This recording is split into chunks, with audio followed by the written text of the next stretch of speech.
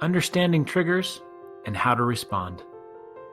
What is a trigger, and how does it relate to substance use?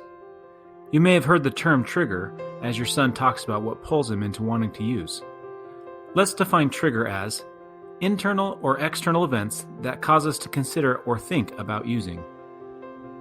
It may be helpful to visualize the function of the trigger on a gun. Many may think that the trigger is what fires the bullet.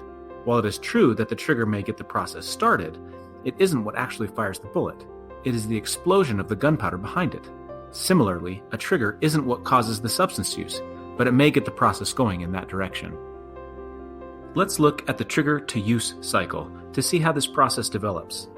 The process starts with some sort of internal or external trigger. Without coping, this can then lead to fantasizing, which leads to fixating or ruminating, which leads to craving, which then leads to using.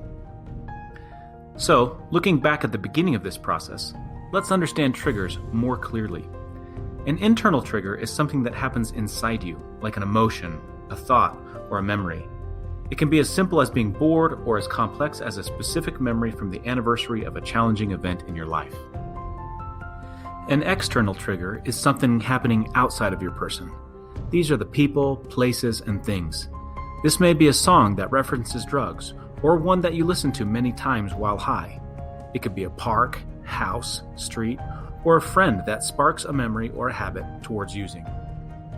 What is important to notice is that some triggers can actively be avoided, while others cannot. Therefore, we need to understand what is in our control, what triggers need to be avoided, and which ones need to have a coping skill attached to them.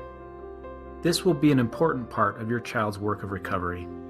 He should identify a list of triggers and communicate them with you so you can help him stay on a safe path. This can then facilitate an important conversation between you about what his effective, healthy coping skills are. This will help him to be accountable and for you to be informed. It may be helpful for you to have a plan or a script to know how to respond when your son is triggered. Let's look at some possible ways you may want to respond. The first situation is if you notice something they have identified as a trigger, though they haven't said anything. You could say, "Hey, did you notice this specific trigger?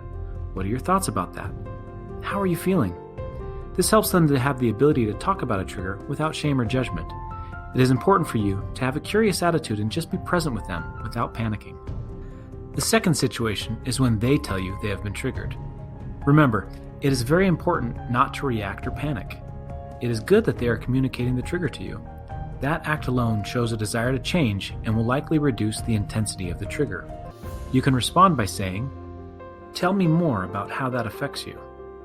Follow up their responses with reflective listening and empathy.